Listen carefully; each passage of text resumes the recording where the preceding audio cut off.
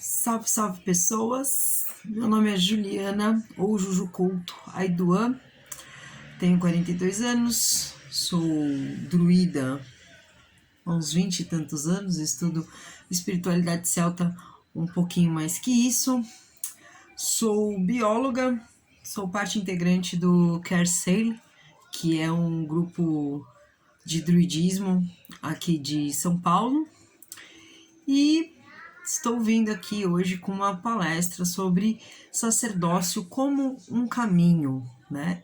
Aqui para o pessoal do Encontro Paulista de Druidismo e Construcionismo Celta, tá?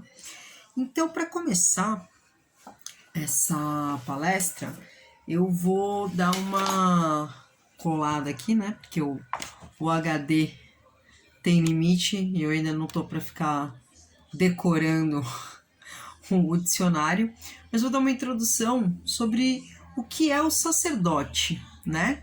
Dentro do que a gente tem no vernáculo português, né? Estou usando aqui o dicionário Michaelis e ele fala o seguinte: sacerdote, do latim sacerdus, significa sagrado, e otis, que significa representante. Então, o sacerdote é o representante do sagrado.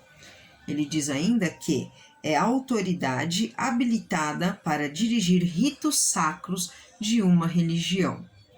Diz ainda que o sacerdote é aquele ou aquela, né, no caso de sacerdotisas, que intercede entre os homens e o divino.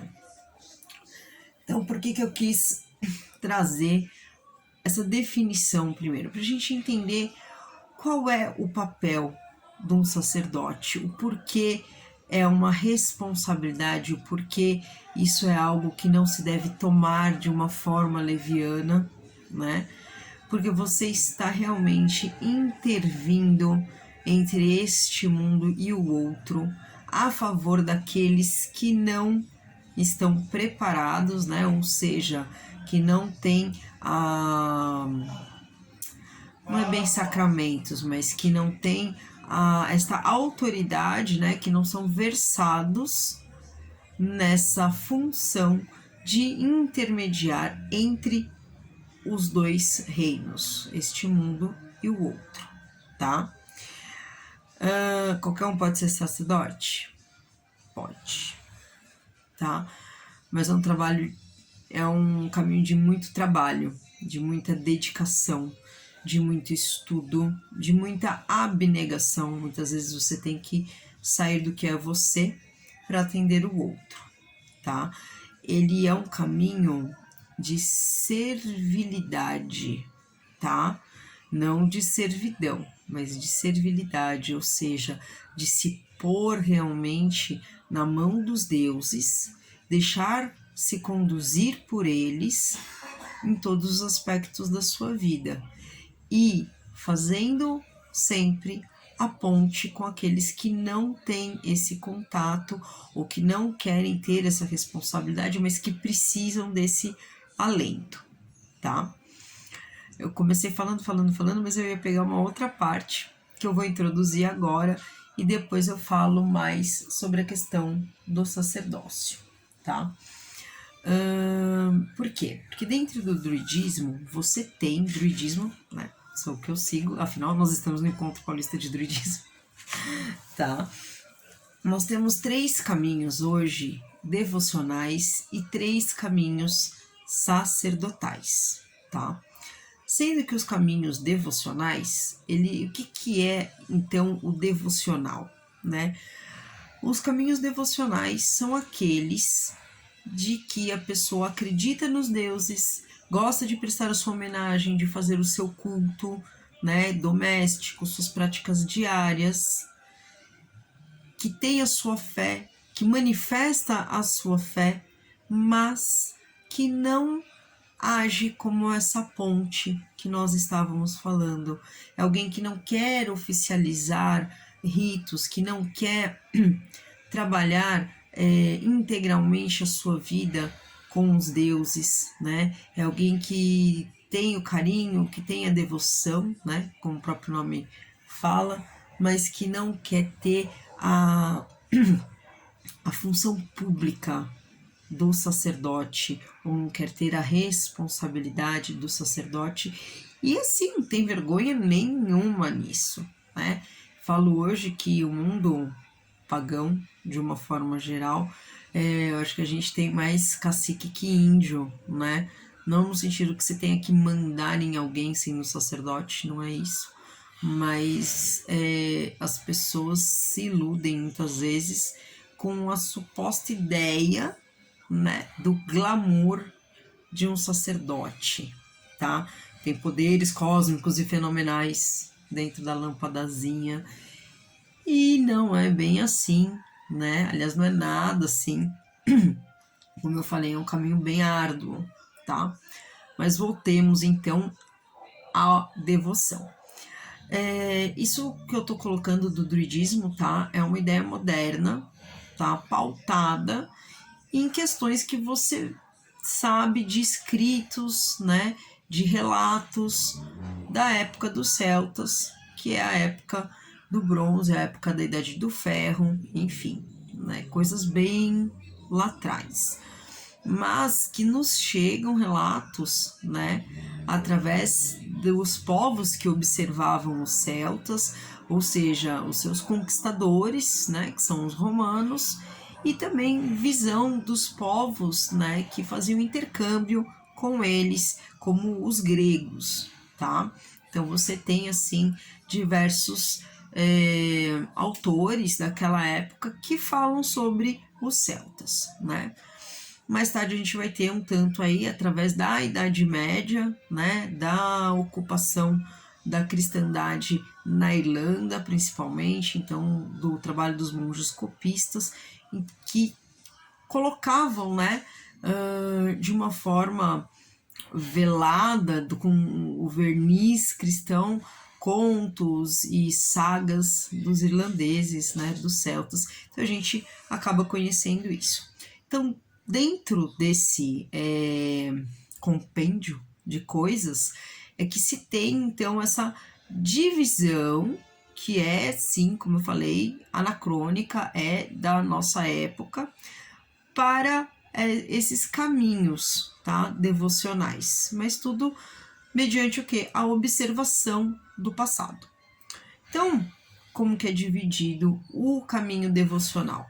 Os guerreiros, né, meio que é tudo meio que autoexplicativo, são aqueles que vão defender a tribo, que vão defender o caminho, que vão defender os clãs. Eu, de repente, não sirvo para oficializar um ritual, um casamento, eu não quero oficializar, não é a minha praia, né, fazer uma oficialização desse tipo, mas eu escrevo muito bem, a minha oratória é muito boa, então eu posso escrever algo defendendo a minha fé, né, ou mesmo dentro de um clã, você precisa ter as pessoas que estão lá apostos, tanto para as energias, né, espirituais que estão rondando aquele ritual, quanto para pessoas que podem vir a querer dar problema, né, que não é raro, né, os grupos que eu fiz parte já tivemos bastante influência, tanto do pessoal que chega super curioso, nossa, o que é isso? Como os doidos que, bruxo queima, né? Então você tem que ter, sim, os guerreiros de prontidão, tá? O outro caminho devocional que a gente coloca hoje dentro do druidismo é dos agricultores, né? E o que seriam os agricultores? Nós, seres urbanos, né? Ninguém aqui vive de lavrar a terra. Então, quem que seriam esses?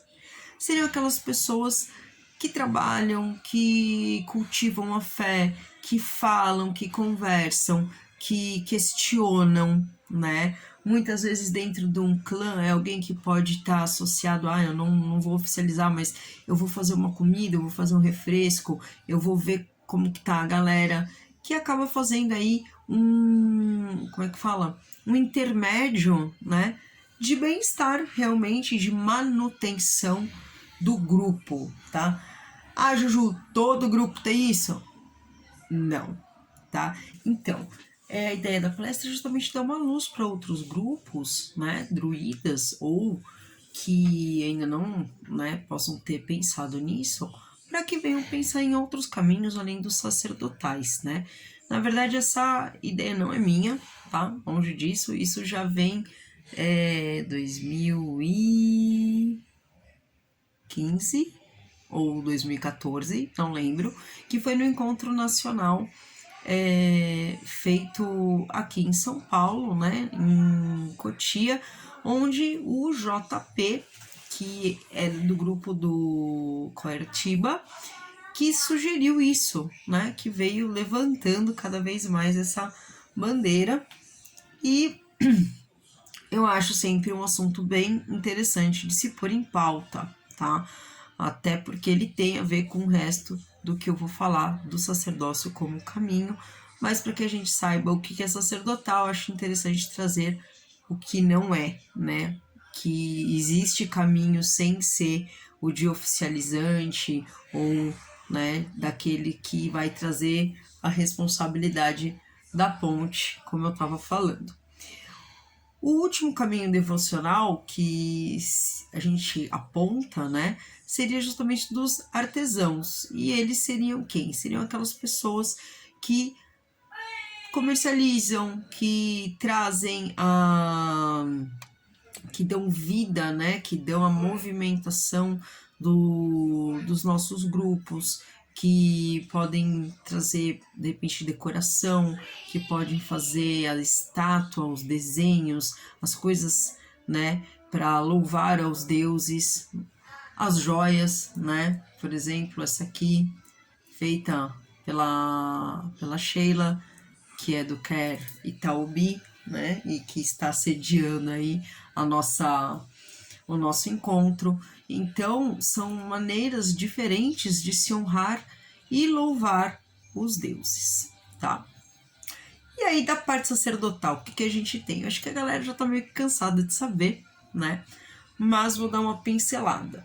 Nós temos primeiro, em primeira instância, justamente a figura do druida, né? Quem é o druida? O druida ele vai ser o legislador, o professor, ele é aquele que realmente vai oficializar, né, os ritos, não que as outras duas classes sacerdotais, como a gente vai ver, não possam fazer, podem, né, mas ele vai ter realmente essa questão do juiz, do conhecer os meandros da lei, de como funciona, né, não apenas a lei aqui deste mundo, mas quais são os protocolos, né, no outro mundo, como se portar quando você está no outro mundo, que caminho você deve passar aos outros que estão aqui nesse mundo. Então o druida ele vai abarcar toda essa gama de conhecimentos, tá?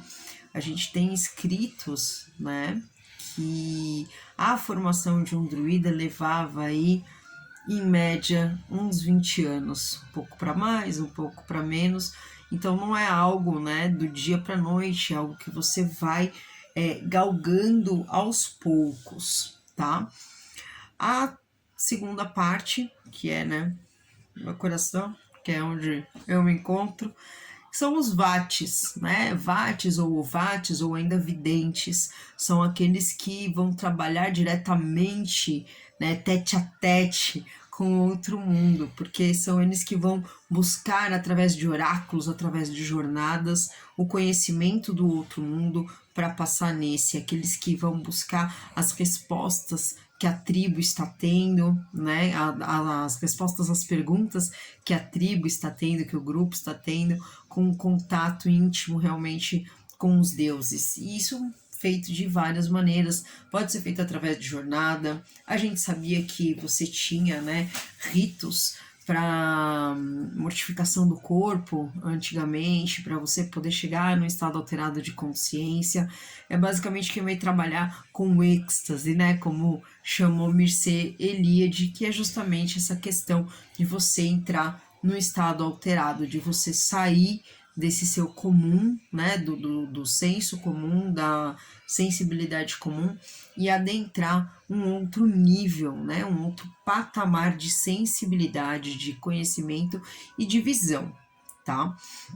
O Vata, ele vai trabalhar também com a parte da cura, das ervas, né? E até mesmo a evidência com os oráculos. E aí eu, como botânica, super me encaixo aí com a questão da cura através das ervas, né? Fazer feitura de poções, banhos, enfim, né? Tudo dentro dessa questão da inspiração divina. E o último caminho sacerdotal dentro do druidismo hoje é o do bardo, né? É aquele que vai trazer as memórias da tradição, é aquele que vai falar, contar o que anda acontecendo, né? De um caminho para o outro. Hoje, a inspiração do bardo pode ser de diversas formas, né? Pode ser através de canção, pode ser através de escritos, pode ser através de poemas, realmente, de um contador de histórias. Um contador de histórias, ele é um bardo por excelência, e tudo isso ele vai trazendo, né, de conhecimento. E por que então ele é um sacerdote? Porque ele traz na sua memória as histórias da tradição. É o bardo quem vai registrar, quem vai inspirar, né, os louvores aos deuses. É aquele que vai trazer, como eu disse, a memória daquilo que aconteceu na jornada daquele grupo, daquela tribo, né? Então ele que vai trazer essa questão do conhecimento, né, de deixar vivo o conhecimento. E eles também, né, antigamente, aí, tanto o Vata quanto o bardo podiam oficializar ritos, né, sejam eles de casamento, nascimento, ou mesmo uma passagem, né, o poder que tem a palavra, né, o poder que a palavra se coloca. E com isso você consegue fazer a passagem tranquila de alguém que morreu. Você pode trazer, né, com entusiasmo e bonança alguém que está nascendo. Você pode. E aí, dentro justamente desse poder que a palavra tem, é que eu vou dar continuidade ao que me motivou essa palestra, que é justamente o caminho do sacerdócio, ou o sacerdócio como caminho. Como eu falei, ele é um caminho árduo, ele é algo de muita responsabilidade, porque você não está apenas se entregando aos deuses a sua vida, né? Quando você trabalha como um sacerdote, você está à disposição da comunidade, daquela espiritualidade, né? Você está à disposição desde para tirar dúvidas até para socorrer uma pessoa. Você tem uma responsabilidade se você tem aqueles em que você ensina, né? Como professor, o sacerdote ele também é um professor, né? Afinal de contas ele é representante do sagrado. Então muitas vezes você vê o que sacerdotes tentando desvirtuar as suas pessoas que ele deveria só guiar, né? Então, o orientar não significa impor a sua vontade, né? Orientar é exatamente isso, é direcionar, é encaminhar a pessoa para aquilo que seja melhor para ela, né? Você vê muitas vezes o que sacerdotes que por conta do ego, sacerdotes, sacerdotisas, né? Entendo que eu falo sacerdotes, mas eu estou englobando a classe toda, homem, mulher, trans, bi, fluido, qualquer um tá sujeito a cair na esparrela do ego, né? Então, você vê muito o que doutrinadores, líderes religiosos, sacerdotes, sacerdotisas, pinho, o que for, querendo forçar o caminho da pessoa para um proveito próprio, né?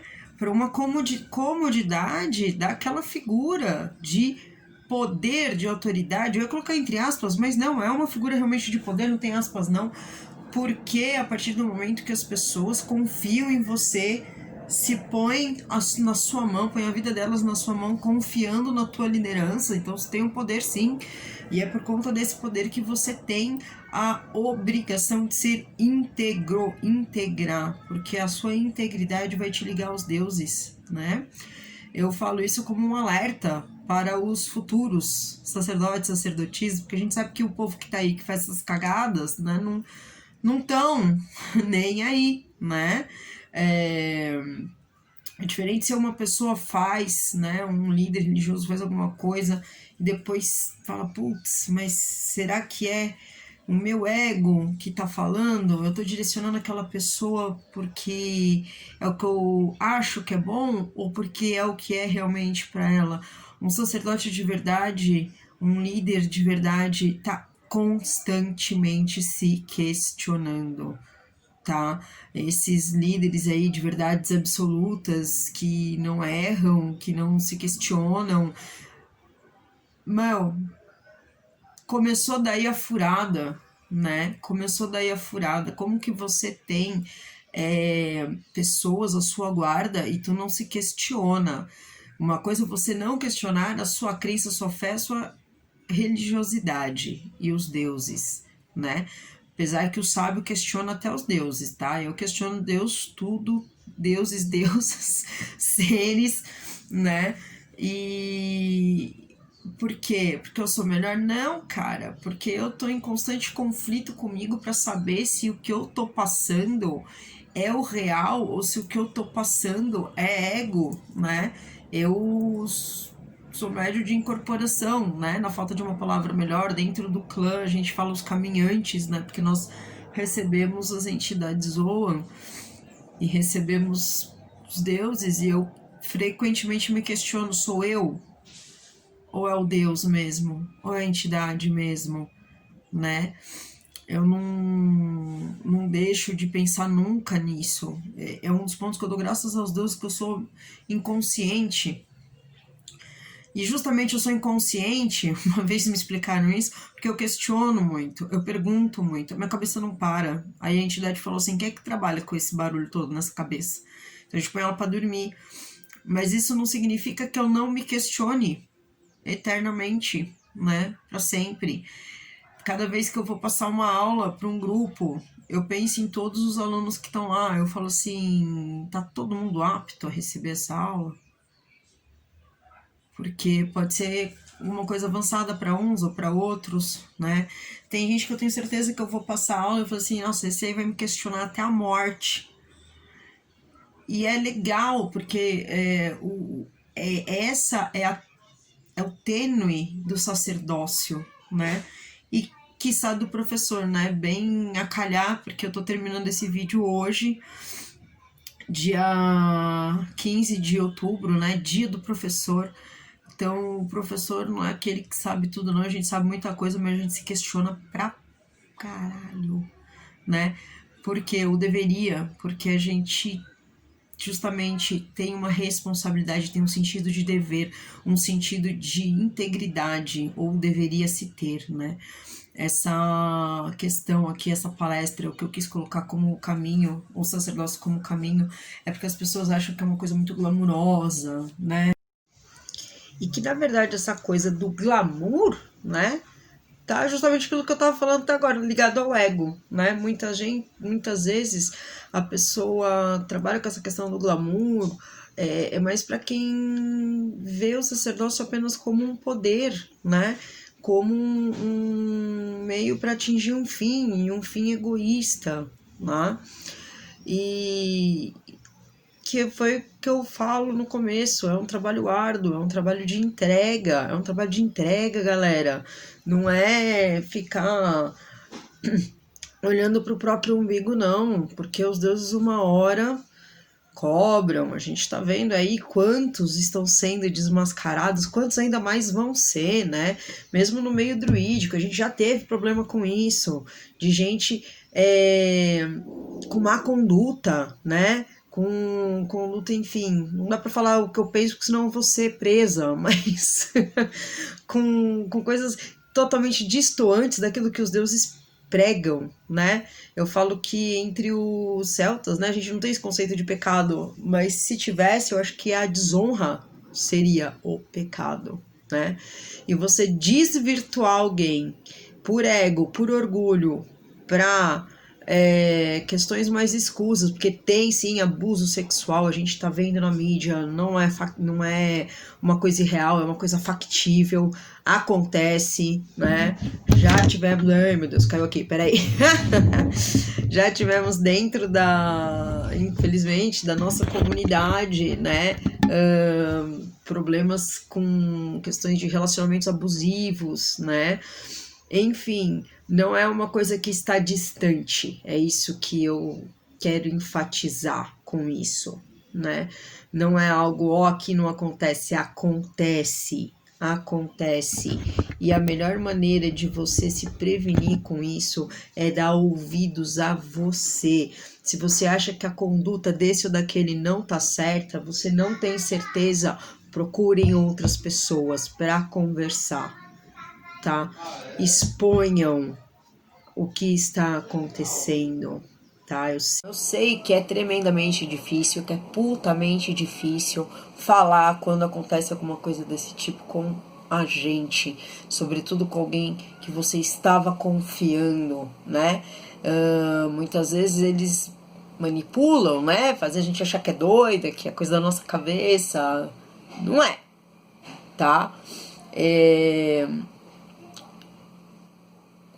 Busquem sempre ajuda, tá? Eu me disponho a escutar o que está acontecendo. Eu sei que outros dentro da comunidade também, como já aconteceu, mesmo sendo a comunidade druídica. Tá na dúvida? Procura, conversa, entende? Porque quem tá fazendo isso não tem escrúpulo, tá? Eu fiz um vídeo há pouco tempo atrás do Mulheres da Magia, falando de abuso dentro do sacerdócio junto com a Sibila. Depois busquem também, tá lá no site, no canal do Mulheres da Magia. Mas essa palestra eu já tinha tido a ideia antes de eu fazer o vídeo com a Si, né? Porque ele abarca um pouco mais do que apenas a questão do abuso, né? Eu quis colocar muito enfaticamente, espero que tenha conseguido, a questão da responsabilidade, né? Essas pessoas que estão atrás só de glamour, só de ego, não são bons sacerdotes, não são boas pessoas, não são boas pessoas para elas próprias, que dirá para os outros, tá, galera? Isso que tem que ficar assim claro. A ideia era justamente dar uma noção, né, do peso que é ter um sacerdócio. Não é algo só de oficializante, não é algo só de pagar de gatinho, vestir roupinhas bonitinhas e gerir um ritual e, sei lá, ser filmado. E não é, né? No sacerdócio é o dia a dia. Eu falo que o meu sacerdócio é com Morrigan, né? Eu sou druida, sou Vati, é o panteão inteiro, claro, se Lurdag da Manana Bridge Dermide for bater na minha porta, é claro que eu vou abrir o coração, né? Mas a quem eu me comprometi foi Morrigan. E a grande rainha exige bastante dos seus filhos, tá? Porque ela exige principalmente que nós sejamos corretos conosco, que a gente nos dê soberania, autonomia a nós, para poder oferecer conforto aos outros. Então é uma batalha diária, né? É uma batalha diária, como eu falei. A gente tem dúvida, a gente tem crise existencial. Gente, eu já quebrei altar. Eu já quebrei altar de ódio, entendeu? De uma época que eu fiquei revoltada com os deuses. E na época que eu fiz isso, eu falei, depois que eu fiz, pronto, morri.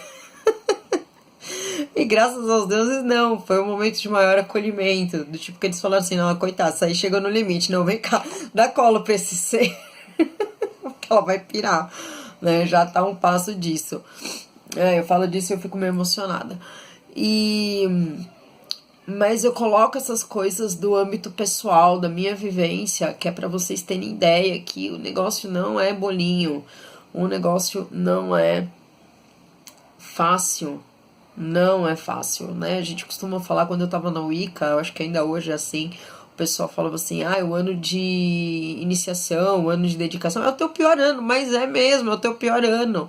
Agora, quando você é sacerdote, imagina isso pra tua vida inteira, entendeu?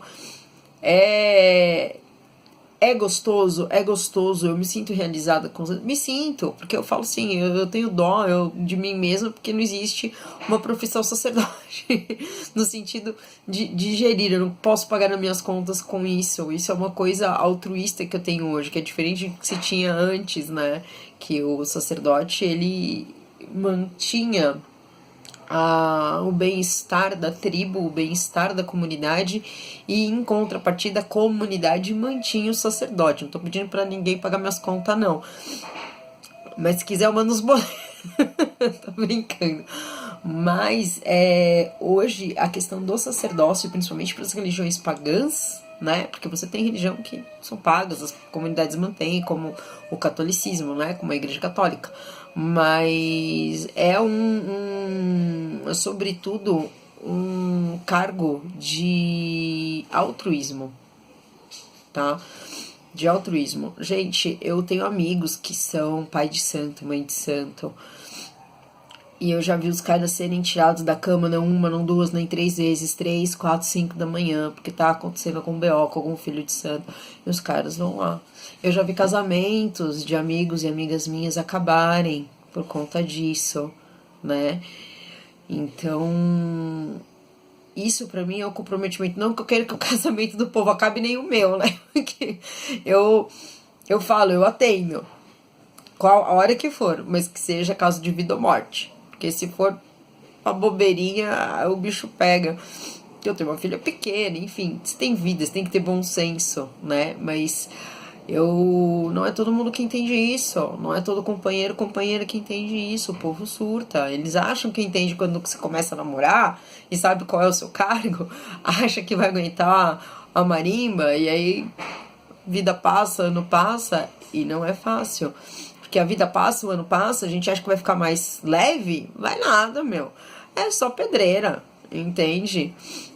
E eu não tô falando isso pra desestimular, ai meu Deus, eu não quero mais ser sacerdote, eu tenho medinho. É pra ter medinho mesmo, porque não é bolinho, como eu falei. Mas não é uma questão de desestimular, acho que é uma questão de jogar a real, de mandar a real. Eu acho que o que falta hoje para as pessoas que não estão dentro do sacerdócio e querem ter uma dose de realidade bem crua, que é o que eu espero estar fazendo, né? E em contrapartida, eu convido os outros que têm o mesmo tipo de responsabilidade e cargo que eu tenho a falar um pouco das suas experiências também, né? Para eles verem que não é invenção da Juju. Essa Juliana é muito louca, eu sou, mas eu tô mandando na real. Entende? Porque é complicado. É complicado se manter íntegro. É muito complicado se manter íntegro. Porque as provações e as tentações vêm, né? Parece coisa de evangélico falando, mas não é não. Não é só lá que o demônio atenta, não. Aqui tem outro nome. Mas as provas vêm, né? Seja mesmo os deuses colocando pra gente, né? Eu lembro de uma frase de um filme, que eu não vou lembrar qual que é o filme, mas que, ficou na minha cabeça, acho que é do Orgulho e Preconceito, que ele fala o seguinte, qual é a qualidade da virtude se ela nunca for testada? E isso pra mim bateu muito forte. É muito fácil ser generoso se você é rico, né? Fácil, né? Colocando no mundo ideal. A gente sabe que não é bem assim que acontece. Mas a questão é fácil ser aquilo que te é natural, né? O difícil é quando as coisas estão apertando o teu calo, né? O difícil é quando as provas vêm naquilo que você se achava completamente pleno, né? E de repente te coloca-se situações em que você tem que se questionar. Coloca-se situações em que a sua convicção será testada. Acho que é isso, principalmente além da responsabilidade, o que é ser um sacerdote. É ser constantemente testado. Em todos os âmbitos. Espiritual, emocional, físico. Entende? Como eu falei, eu já quebrei altar, né? Porque eu cheguei no meu limite. E eu acho que a grande prova de manter-se, né, no caminho é que eu não saí largando, porque tem muita gente aí que começa a dar as coisas erradas, vira evangélico. Fácil, assim, né? Eu acho muito tranquilo desse jeito. O difícil é você continuar apesar do perrengue, né? Apesar de tudo. Então é isso, pessoas. Espero que tenham gostado. Fiquem bem. Lembre-se que a sua integridade é o que te une aos deuses. Que honra e integridade é um presente que você dá a si. Não é pro outro, é pra você. Porque você, sendo íntegro, você tá ligado aos deuses. Tá bom? Então, vou deixar aí aberto para perguntas. Obrigado pela presença, pela participação. Para quem tá assistindo. Slam. Beijo aí pra vocês. Bora fazer pergunta, povo.